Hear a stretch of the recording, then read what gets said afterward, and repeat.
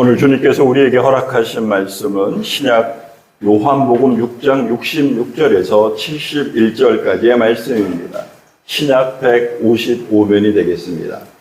요한복음 6장 66절에서 71절까지의 말씀을 한 절씩 교독하도록 하겠습니다. 제가 먼저 66절 말씀을 받들어 봉독합니다. 그때부터 그의 제자 중에 많은 사람이 떠나가고 다시 그와 함께 다니지 아니하더라.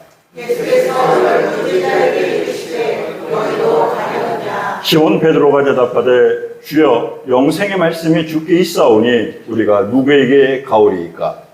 우리가 주는 하나님의 거룩하신 자이신 줄 믿고 알았사옵나이다. 예수께서 대답하시되 내가 너희 열두를 택하지 아니하였느냐? 그러나 너희 중에 한 사람은 마귀니라 하시니.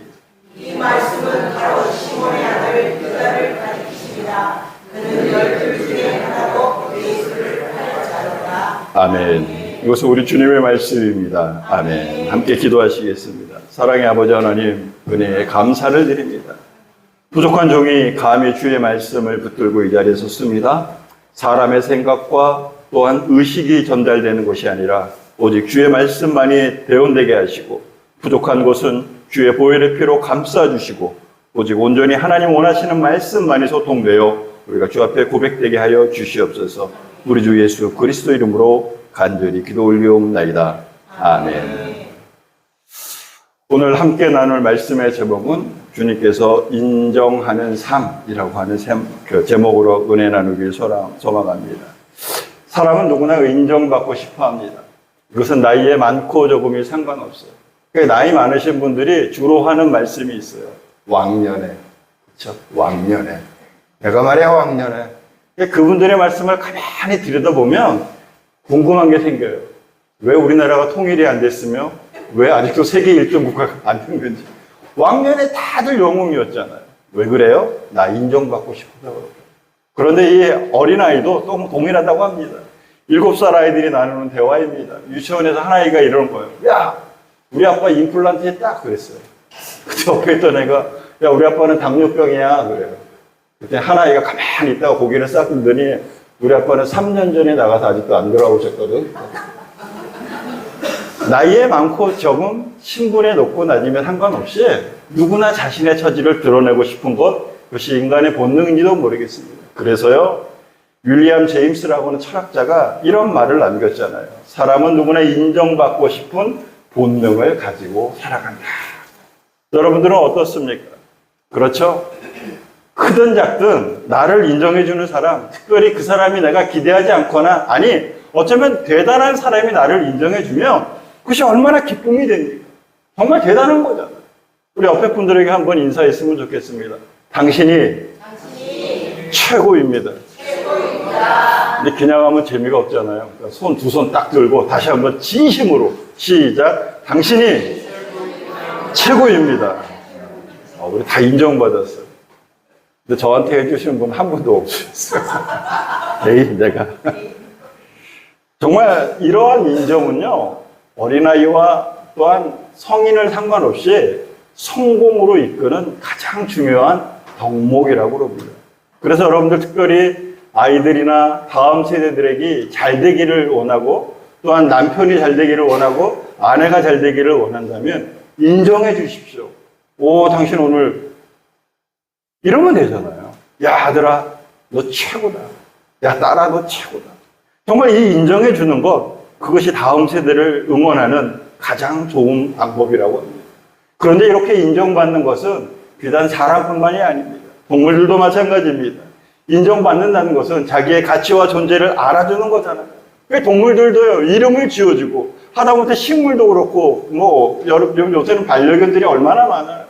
이름 다 지어주고 부르잖아요. 그러면 어떻게 돼요? 그 반려견도 주인을 알아보고 충성을 다하잖아요. 우리 교회 마스코트인 사랑이가 있어요. 그렇죠? 이름이 있어요. 사랑이도 교회 들어올 때, 사랑아, 그러면 꼬리를 막 흔들고 반갑다고 그래요. 왜요? 나를 인정해 주니, 나도 당신을 인정합니다. 그래요. 혹시 교회 들어오는데 사랑이가 꼬리도 안 흔들고 으르렁대고 있다고 그러면, 여러분, 사랑이한테 인정도 못 받는 거예요. 그 표현이 좀 죄송하지만, 개만도 못할 수 있어요. 그렇다고 사랑이가 인정해주면 개 같아지나? 참 어렵습니다. 농담입니다. 이렇듯 우리는 인정을 받는 것, 인정해주는 것, 이 상황 속에 살아가기를 원하고 그것이 삶에 미치는 영향이 얼마나 중요한지를 잘 알고 있어요. 그런데 가장 중요한 것이 있습니다. 그것은 무엇이냐면 누가 인정을 해주고 누구에게 인정받느냐는 거예요. 아무리 자기들끼리 인정하고 와, 넌 세계에서 최고야 막 그래요. 아까 7살짜리 자가 아이들이 얘기했잖아요. 우리 아빠 임플란트야 당뇨병이야 집을 가출해서 이게 자랑거리입니까? 자기들끼리 인정해주고 막 그래봤자 웃음거리밖에 되지 않잖아요. 그래서 우리는 누구에게 인정받고 어떤 사람에게 어떤 존재에게 인정받느냐가 정말 인생의 참된 가치입니다. 사랑하는 여러분, 여러분은 누구에게 인정받기를 원하십니까? 그리고 어떤 존재의 사람으로 그 인정의 가치가 공인되기를 원하고 계십니까? 특별히 우리 믿는 자들에게는 마땅히 하나님으로부터의 인정이라 할 것입니다. 왜냐하면 하나님께서 인정해 주시는 은혜, 그 인정만이 우리가 이 땅을 살아갈 때 가장 중요한 인정이요. 그것이 말이야 우리 크리스찬이 가져야 돼, 받아야 돼, 소망해야 돼 인정이기 때문입니다. 오늘 우리가 읽은 본문의 말씀 요한복음 6장은 예수님 공생에 있어서 굉장한 의미를 지니고 있는 사건과 교훈들이 담겨져 있습니다. 예수님의 메시아 정체성이 가장 분명하게 선포되는 말씀이 요한복음 6장입니다. 아울러 그와 동시에 예수님을 따르던 수많은 사람들, 제자들을 포함해서 이들이 커다란 갈등과 분열이 일어나는 대규모의 이탈이 생기는 대전환점에 사건이 소개되기도 하기 때문입니다. 총 71절로 구성되어 있는 요한복음 6장을 한번 잠깐 들여다볼 필요가 있습니다. 여러분이 잘 아시는 것처럼 1절부터 15절까지는 오병이어의 기적, 5,000명을 먹이시는 대사건이 있었고요. 16절에서 21절은 그들을 떠나 바다 위로 걸어오시는 예수님을 소개합니다. 그리고 22절과 59절은 그럼에도 불구하고 예수님을 따라 몰려든 수많은 사람들에게 주님이 드디어 당신의 메시아, 나는 하늘로부터 내려온 생명의 떡, 나는 생명의 떡이라고 하는 아주 분명한 그리스도 되심을 선포하십니다. 그리고 60절부터 71절에는 많은 제자들이 예수님을 떠나는 사건이 기록되고 있습니다. 특별히 1절과 15절에 소개된 오병이어의 기적, 이 기적은 예수님 사역뿐만 아니라 이 복음서에서의 대전환을 소개합니다. 그동안 많은 사람들이 갈릴리 주변으로 사역하신 예수님의 소문을 듣습니다. 병자를 고치시고 치유하시는 예수님, 그 예수님을 보기 위해 사람들이 몰려들기 시작합니다. 그리고 그 몰려드는 사람들이 드디어 결정적으로 이루어지는 사건이 어디냐면 벳세다 들판입니다. 성인 남자 5,000명이라고 하는 기록이 성경에 분명히 되어 있습니다. 어린아이와 여자와 노인들을 포함한다면 대략 2만 명쯤의 사람들이 몰려든 거예요. 여러분들 2만 명이면 지금도 많은 숫자지만 예수님 당시 2000년 전 갈릴리 지역의 사람들을 학자들은 20만 명으로 추론합니다. 그러면 20만 명 중에 2만 명이 왔으면 10분의 1이 온 거잖아요. 표정이 또 그런가 보다. 정말 대단한 거 아니에요? 그 지역의 10분의 1 사람들이 몰려든 거예요. 엄청난 사건이 일어난 거예요. 지금처럼 인터넷이 발달됐습니까? 방송이 있습니까? 광고를 합니까? 입소문에 의해서 그런 많은 사람들이 몰려온 거죠. 그런데 그곳에서 저녁이 되자 이들이 굶주림에 있는 상황을 예수님이 불쌍히 여기십니다. 그리고 한 아이의 저녁거리밖에 안 되는 물고기 2마리와 보리떡 5개를 가지고 축사하시고 나누시자 어떤 기적이 일어납니까? 이들이 배불리 먹고 12광주리가 남는 놀라운 기적이 일어납니다.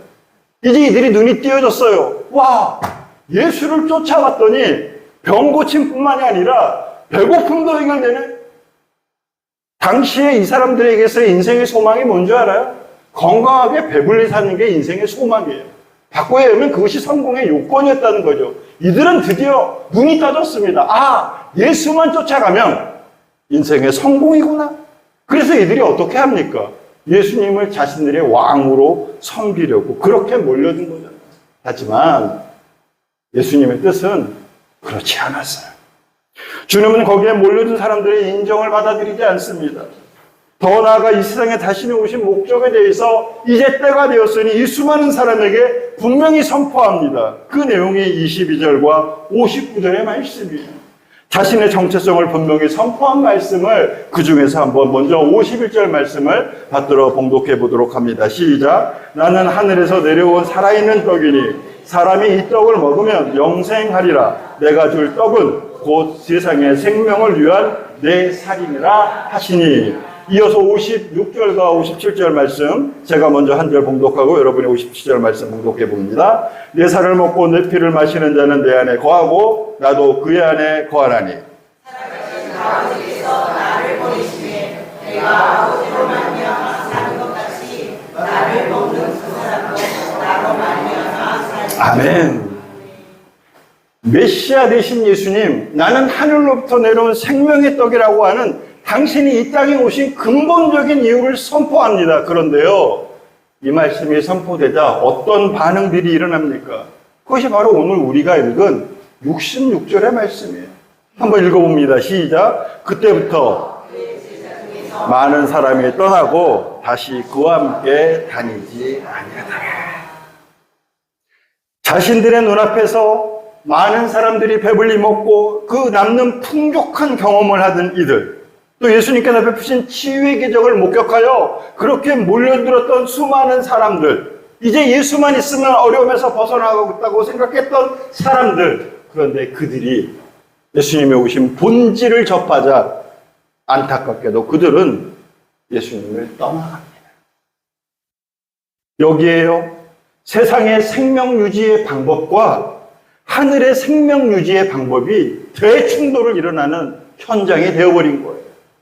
사랑하는 여러분, 여러분은 이 상황에서 만약에 여러분이 처해 있다면 어떤 고백을 하실 수 있겠어요?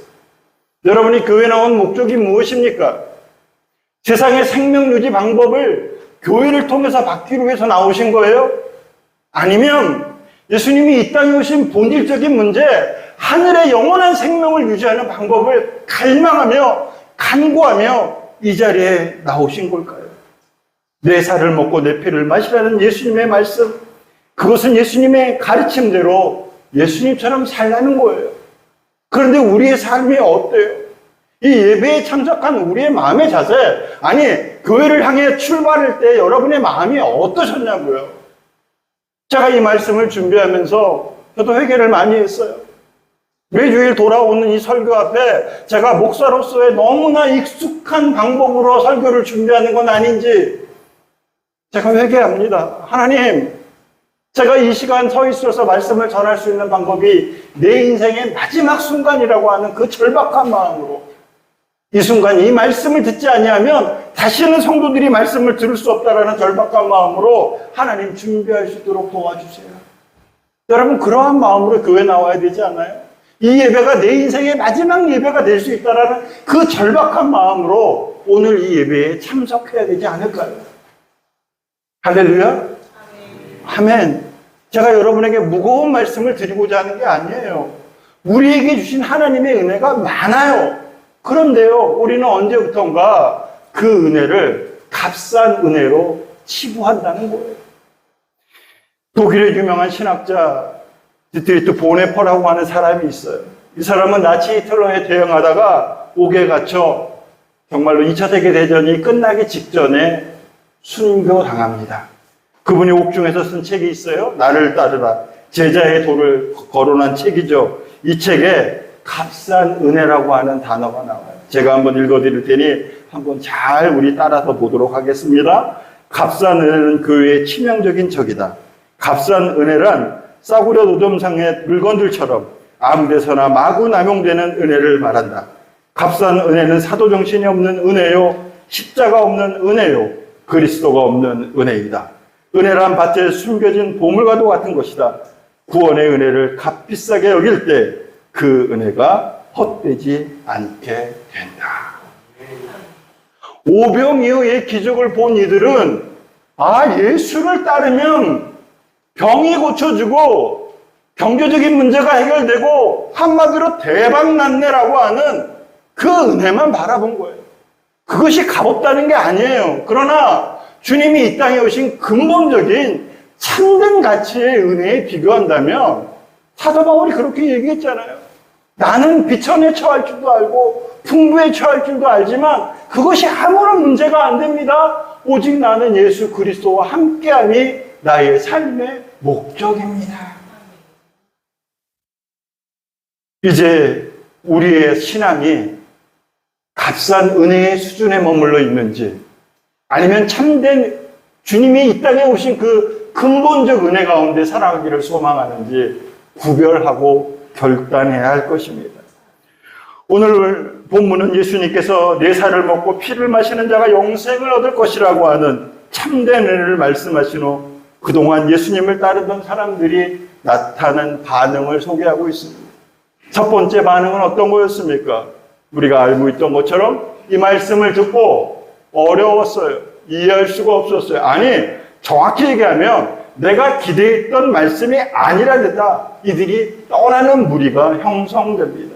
그 수많은 사람들이죠. 갈릴리 지역의 10분의 1에 해당되는 사람들이 다 흩어져 도망갔으니까요. 두 번째 반응은 어떤 대가를 지불하고도 예수님을 끝까지 따르겠다는 남아있는 제자들의 모습입니다. 세 번째는 예수님의 사랑과 은혜를 누구보다 많이 받았지만 배반하는 가룟 유다의 모습입니다. 사랑하는 여러분, 지금 나의 모습은 어떠합니까? 예수님의 은혜를 값지게 여깁니까? 아니면 값싼 은혜의 수준에 머물러 있습니까? 단순히 복을 받고자 하는 이 땅의 풍요로운 삶, 이 땅의 성공적인 삶을 갈구하는 그러한 신자의 모습입니까? 아니면 어떤 대가를 지불하고라도 예수님을 따르는 값비싼 예수님의 제자가 되기를 소망합니다. 오늘 예배드리는 여러분 안에 분명한 답이 있어야 돼요. 이 예배 시간을 통해서 그 결단을 하고 돌아가시기를 소망합니다. 왜냐하면 주님은 지금도 우리를 향해 이렇게 물어보고 계셔요. 우리 한번 다 같이 봉독해 봅니다. 시작. 예수께서 12제자에게 이르시되 뭐라고요? 너희도 가려느냐? 이 질문이 우리를 향해 지금 던져졌잖아요. 이제 너희가 원하는 거, 네가 바라는 것과 틀리다고 내가 온 모습이 너희를 살리는 생명의 떡임을 알았는데 너희도 가려느냐? 우리를 향해 물으시는 거예요. 아이가 아파서 사업이 무너져서 끊어진 관계 때문에 병마에 휩쓸린 내 모습이 낫기를 원하는 마음으로 달려나와 매달려 기도했더니 회복을 명하시고 위안을 주셨어요. 그런데 그게 다가 아니잖아요. 그 너머에 계신 나를 사랑하셔서 하늘 영광 보좌를 버리시고 이 땅에 내려오셔서 나를 영원한 생명으로 인도하신 그 예수 그리스도의 본 모습이 내 앞에 딱 서 있는데 너희도 가려느냐? 라고 하는 주님의 질문 앞에 여러분은 어떤 대답을 갖고 계십니까? 이제 우리가 그 수준에 멈추면 안 돼요. 삶의 현실의 문제가 해결되기 위해 주님 앞으로 달려나온 것 괜찮습니다. 바람직합니다. 마땅한 겁니다. 그러나 거기서 멈추면 오늘 오병이의 기적을 체험하고 돌아간 이들과 다를 바가 없어요. 이제 우리는 예수를 믿고 예수의 참된 제자가 되어야 되는 가장 근본적인 그 문제 앞에 고백을 해야 돼요. 어떤 고백이냐고요? 바로 오늘 우리가 읽었던 시몬 베드로의 고백입니다. 우리 한 절씩 고백해 봅니다. 제가 먼저 68절 말씀 봉독합니다. 시몬 베드로가 대답하되 주여 영생의 말씀이 주께 있사오니 우리가 누구에게 가오리까? 우리가 주는 하나님의 거룩하신 자이신 줄 믿고 알았사옵나이다. 아멘. 이것이야말로 진정한 주님을 향한 우리의 신앙 고백이기를 주님의 이름으로 축원드립니다. 오늘 이 놀라운 고백을 한 베드로는요, 세상적으로 성공하기 위해서 예수님을 따랐어요. 왜요? 밤새도록 수고를 했지만 그물에 잡힌 거 하나 없었잖아요. 근데 깊은 데로 가서 그물을 던지라고 했더니 배가 차고 넘쳤어요. 오, 이 사람 따라가면 대박 나겠는데? 그 형제들과 함께 따른 거 아니에요? 동네 친구들과 함께 예수님을 따른 거 아니에요? 그런데 시간이 지나면서 점점 이는 베드로는 하나님의 아들이신 예수님을 알게 되고 그분만이 참된 인생의 목적이요 성공이라는 것을 깨달아요. 여러분 잘 아는 가장 위대한 고백인 마태복음 16장 16절의 고백을 베드로가 하지 않아요? 우리 한번 우리의 심정을 담아 고백해 봅시다. 시작. 시몬 베드로가 대답하여 이르되 주는 그리스도시요 살아계신 하나님의 아들이시니라. 아멘. 우리 노란 글씨만 다시 한번 고백해 봅시다. 시작. 주는 그리스도시요 살아계신 하나님의 아들이시니라. 아멘. 이 고백이 여러분의 고백되기를 주님의 이름으로 축원드립니다. 사랑하는 여러분, 우리가 주님을 진심으로 인정할 때 우리는 주님으로부터 인정받는 존재가 됩니다. 그런데 여기에 놀라운 사실이 있어요. 어떤 거냐면 이것이 필요 충분 조건이 아니에요. 내가 주님을 인정했기 때문에 주님이 나를 인정해주는 그런 거래가 아니라는 거예요. 나의 인정은요, 하늘로부터 오는 거예요. 우리의 고백은요, 내가 어떻게 해서 하는 게 아니라니까요. 여러분 자꾸 착각하지 마십시오. 저도 신학을 시작하면서 저는 40살에 신학을 시작했어요. 그동안은 대학을 졸업하고 직장을 다니고 벤처를 창업해서 경험하기도 하고 막 이런 삶을 살았다고요. 그러다가 40세가 돼서 신학을 시작하면서 그동안의 내 경험이 이 지식적인 체계의 하나님 말씀을 이해하는데 도움이 될 거라고 생각하고 그렇게 세상적인 방법으로 막 했어요. 얼마나 힘들었는지 몰라요. 그러다 1년쯤 딱 지날 때에 나이 지긋하신 교수님이 저한테 그러시더라고요. 저희 클래스가 그런 분들이 많았어요. 여기에 계시는 여러분, 신학은요, 열심으로 하는 게 아니라 순교로 하는 거예요. 순교. 제가 그 말이 뭔지 이해가 안 됐어요. 왜 신학하려는 사람을 왜 죽여? 막 그랬어요. 근데 그게 아니라 하나님 안에 죽어지지 않으면 할 수가 없는 거예요. 나중에 깨닫게 되나. 우리의 고백이 여러분을 살립니다. 그런데 그 고백이요, 내 열심이 아니에요. 하나님으로부터 내려오는 은혜라는 거예요. 그것이 값진 은혜라는 거예요. 자꾸 하늘로부터 내려오는 주는 그리스도시요 살아계신 하나님의 아들입니다라고 하는 이 고백을요, 여러분의 열심과 나의 어떤 노력으로 된다고 착각하지 않기를 주의 이름으로 간절히 부탁드립니다. 여러분, 하나님 앞에 매달리십시오. 하나님, 주는 그리스도시요 살아계신 하나님의 아들입니다라는 고백이 내 입술에서 떠나지 않도록 지켜주시옵소서. 그때 주님은 우리의 입술을 지켜주실 거예요. 그래서 베드로는 이 놀라운 고백 앞에서도 분명한 사실을 인지하고 있었던 거예요. 근데 주님은요, 이 단순한 우리의 고백의 함정을 아셨어요. 그래서 베드로의 고백에 이어서 이런 말씀을 하신 거예요. 우리 한 절씩 고백해 봅니다. 예수께서 대답하시되 내가 너희 12를 택하지 아니하였느냐. 그러나 너희 중에 한 사람은 마귀니라 하시니. 이 말씀을 바로 시몬의 아들 유다를 가리키시리라. 그는 12 중에 하나로 예수를 하였다. 아멘. 주는 그리스도시요 살아계신 하나님의 아들입니다라는 베드로의 고백을 듣고 예수님이 칭찬하셨어요. 그랬더니 제자들 머릿속에 뭐가 각인됐을까요? 아, 저 얘기하면 스승에게 칭찬받는구나. 그 12명의 제자들은 시간 날 때마다 주는 그리스도시요 살아계신 하나님의 아들입니다. 이렇게 주님을 인정하는 고백을 했을 거라고요. 그런데 그 위대한 고백 이후에 주님이 뭐라고 그래요? 너희 중에 나를 팔자가 있다? 마귀가 있다? 그 누구라고 그랬어요? 유다라고 그랬어요. 여러분, 가룟 유다는요, 우리가 다 아니까 그냥 몹쓸로 미루지만 그 당시에 예수님의 12명의 제자 중에서 가장 샤프한 사람이었어요. 가장 똑똑했어요. 사리 판단이 분명했어요. 한번 생각해 보십시오. 3년 동안 12명의 제자와 예수님을 따르는 여성 무리들이 있었어요. 대략 한 문헌에 의하면 적어도 한 50명, 많으면 뭐 200여 명 될 것이다 그래요. 그 무리들이 3년 동안 들판과 광야와 이 집집마다 시골을 돌아가면서 살 때 그 살림이 어떻겠냐고요.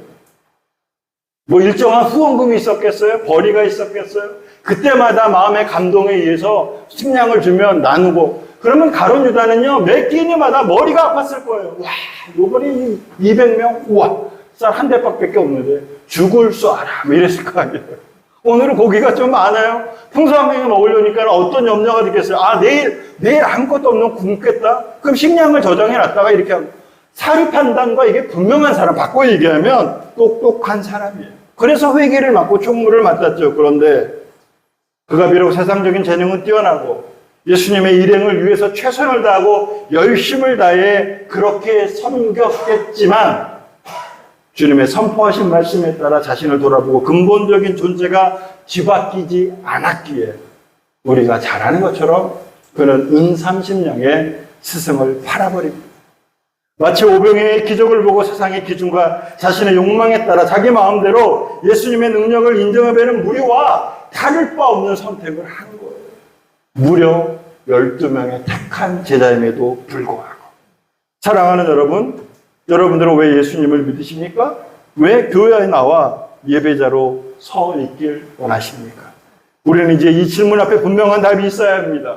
이것은 단순하게 입으로 시인하는 수준이 아니라 내 인생의 존재 가치가 다 뒤바뀌는 것. 그래서 주님을 마땅히 나의 그리스도로 인정하고 고백하는 것. 하나님께 인정받는 그러한 존재가 되어야 하는 거예요. 이제 먹는 문제, 현실의 삶, 또 여러 가지 많은 문제를 뛰어넘어 주님께서 나에게 주시는 남는 자의 신앙으로 살아가는 여러분들이 되기를 주 이름으로 축원합니다. 그렇다면 우리가 남는 자의 신앙을 어떻게 살아갈까요? 그것은 영생의 말씀을 붙들고 사는 거예요. 그래서 매 주일마다 우리가 이렇게 시간을 내서 이 말씀을 해석하고 분석하고 같이 고백하는 거잖아요. 여기는 이 서목사가 얼마나 똑똑하다고 여러분을 대신해서 감히 이 말씀을 전하겠어요? 아니요, 그럴 자격 1도 없어요. 그런데 우리는 왜 이 시간 동안 함께 이 말씀을 보고 기도하고 있을까요? 이 말씀 속에 생명이 있기 때문입니다.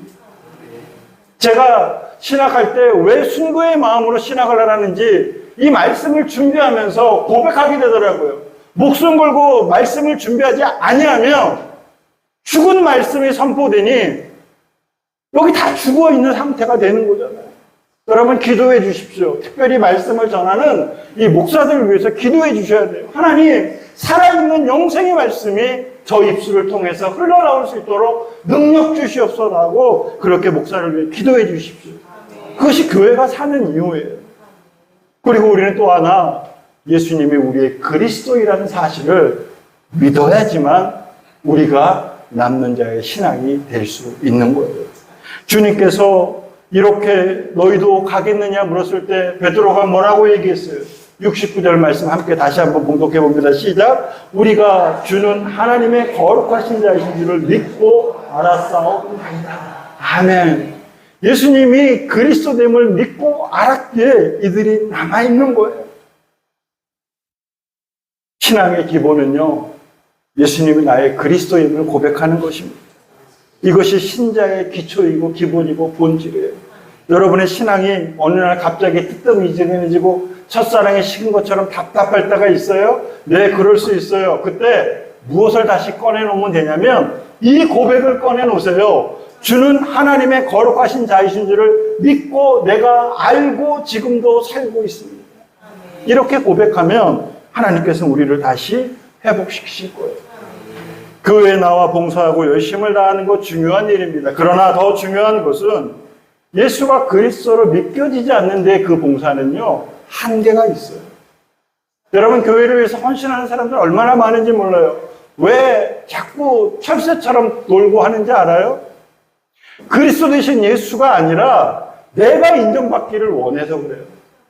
그래서 더 열심히 했고 남들보다 정말 눈에 띄게 최선을 다했는데 인정해주지 않고 더 나아가 나를 비난하는 소리가 요만큼이라도 들리면 어떤 마음이 들어요? 에이씨, 내가 이런 소리 들으려고 여기 나왔어. 이러잖아요. 목사도 마찬가지예요. 하나님 말씀만 붙들고 전하면 되는데 다른 곳에 자꾸 기웃거려요. 어느 집사가 내가 밥 먹는데 밥도 다 안 먹었는데 그릇을 휙 치웠어요. 그럼 목사가 서울에서 아니 이놈의 교회는 목사도 대접하라냐. 아니 모르고 그럴 수 있잖아요. 그러면 입 없어요? 집사님 저 아직 식사 중이에요. 제가 타고난 전성의 밥을 천천히 먹으니 5분만 기다려주세요. 이렇게 얘기할 수 있어요. 왜 그래요? 인정받지 못해서. 우리의 인정은 오직 하나님께만 있음을 여러분 기억하시길 바랍니다. 그런데 이 인정이요, 존재의 가치가 뒤바뀌지 아니하면 한계가 있어요. 그래서 여러분 기도하셨으면 좋겠어요. 하나님, 내 DNA가 특별한 DNA가 되게 해주세요. 그게 뭐냐? 하늘 백성의 DNA가 되게 해주세요. 여러분 존재가 바뀌어요. 여러분이 잘 아는 소설 있어요. 왕자와 거지라는 소설. 이 소설은 미국의 소설가가 쓴 거예요. 마크 트웨인이라고. 이게 당시 16세기 그 에드워드 왕자 시대에 헨리 8세를 이렇게 배경으로 소설을 썼지만 이 그 소설가가 쓴 이유는 당시 미국 남북전쟁 이후에 황폐해진 19세기, 18세기 말 19세기 미국의 척박한 현실 앞에 아직도 노예 해방이 됐는데도 막 평등의 격차가 있고 막 흑인들을 무시하고 막 이런 것들이 있으니 제발 그러지 말자고 하는 풍자 소설로 쓰여진 게 왕자와 거지예요. 여러분 한 번쯤 읽어보셨죠? 대강 스토리가 이렇잖아요. 어느 날 한시에 태어난 왕자와 거지, 톰이라고 하는 소년과 해리 왕자가 있었어요. 근데 우연치 않은 기회에 왕국 경비병에 의해서 잡혀있는 이 톰을 발견한 왕자가 톰을 데려와요. 근데 가만히 보니 외모도 그렇고 모양도 그렇고 자기랑 비슷해서 옷을 바꿔 입어보자고 해요. 바꿔 입었더니 너무 비슷해요. 그래서 딱 얘기해요. 내가 나갔다가 하루만 있다 올 테니 너는 나가지 말고 여기 그대로 있어. 왕자는 밖에 나가서 왕궁 밖 생활을 합니다. 그러다가 본래 이 거지의 아버지인 그 수줄 주전뱅이 아버지에게 잡히잖아요. 그래서 끌려가잖아요, 그 집으로. 그래서 그 집에서 막 구걸도 하고 뭐 폭력을 당하기도 막 그래요. 그런데 그때마다 이 왕자에서 하루아침에 거지가 된 이 왕자가 어떤 마음을 갖고 있어요? 나는 왕자야. 나는 여기에 굴하지 않아. 난 저기 돌아가면 다시 왕자 될 수 있어. 반면 하루아침에 거지에서 왕자가 된 이 거지는 어때요? 좋은 옷에 대우를 받고 하지만 늘 불안해요. 왜? 자신의 신분이 들킬까 봐. 그러다 대관식에 결정적인 장면으로 다시 이 왕자가 거지로 돌아오면서 소설은 끝이 납니다. 제가 이 소설을 다른 관점에서 보게 됐어요. 왜 그토록 왕자는 거지의 대우를 받고 폭력에 휘달리고 동략을 하면서 떳떳할 수 있었을까? 그 이유는 이 왕자 안에 나는 왕족의 DNA가 있다라고 하는 확신이 있었던 거예요. 반면 아무리 배부르고 좋은 삶, 좋은 옷을 입고 대우를 받아도 불안했던 이 거지는 왜 그래요? DNA가 거지 DNA예요. 그러니 아무리 좋은 삶을 살아도 불안한 거예요. 사랑하는 여러분, 우리는요, 하나님의 자녀된 DNA를 가지고 있어요. 지금 여러분이 이 거지처럼 술 주전뱅이 그 아버지에 의해서 구걸을 당하고 세상 사람들의 손가락질을 당하고 남보다 몸이 아프고 남보다 못 살고 관계의 문제로 힘들어한다 할지라도 우리 안에 어떤 DNA가 있어요. 하나님의 자녀된 DNA가 있다면 우리는 마땅히 저 하늘에 대관식과도 훌륭한, 그보다도 엄청나게 훌륭한 그날을 기다리며 오늘을 떳떳하고 당당하게 살 수 있지 않을까요? 그런 고백이 우리 안에 나온다면 하나님을 나의 아버지로 인정하고 하는 고백이 되는 거예요. 오늘 함께 예배드린 여러분에게 이 놀라운 고백이 있기를 주님의 이름으로 축원드립니다. 이제 말씀을 정리합니다. 더 이상 이 세상의 평가와 이 세상의 기준에 따라 인정받는 삶을 소망하지 마십시오. 우리의 진정한 인정은 주님께 인정받는 거예요. 하나님의 자녀됨을 인정받는 거예요. 우리의 신앙이 경제적인 문제, 건강의 문제, 관계의 문제, 수많은 현실의 문제에서 시작됐다 할지라도 이제 우리의 신앙은 예수 그리스도를 통해 새로운 존재로 뒤바뀌어야 합니다. 그럴 때 우리는 진정한 하나님의 백성, 천국의 자녀된 사람을 인식하기 때문입니다. 종교개혁자 마틴 루터가 이런 말을 했습니다. Let God be God. 하나님으로 하나님 되게 하라. 하나님을 하나님 되게 하라. 현재 여러분의 삶의 모습을 통해 하나님이 살아계심을 증명해내십시오. 여러분의 모습을 통해서 저 집사님을 보니, 저 성도님을 보니, 저 목사를 보니 하나님 살아계시구나라는 것을 우리가 증명해내야 될 몫을 우리가 부여받은 거예요. 그게 바로 주님께 인정하는 거예요. 여러분 하나님 인정하고 싶지 않아요?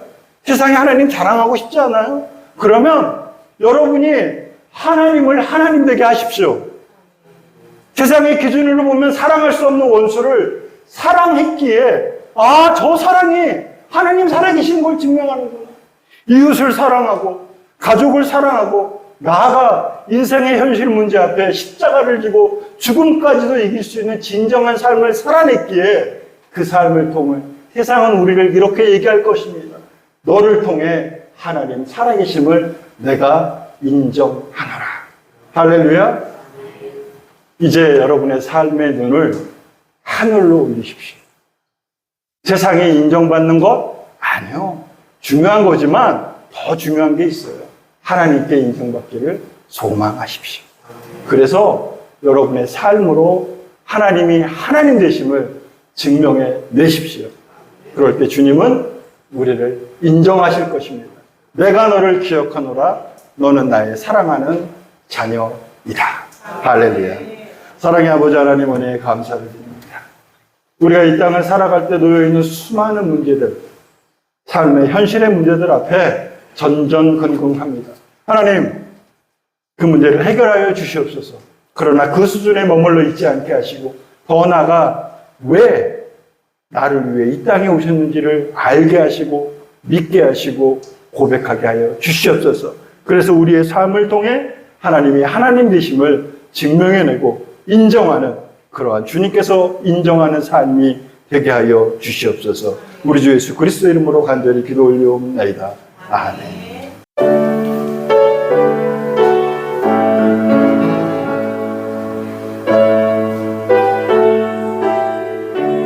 이제는 우리 주 예수 그리스도의 은혜와 하나님 아버지의 무궁하신 사랑하심과 성령님의 감화감동 인도하심에 오늘 말씀 따라 세상의 인정보다 하나님의 인정을 바라고 그렇게 나의 삶을 통해 하나님을 하나님에게 증명해내는 삶을 살기로 결단하는 우리들 위해 이제로부터 영원토록 함께 하시기를 간절히 축원하옵나이다. 아멘.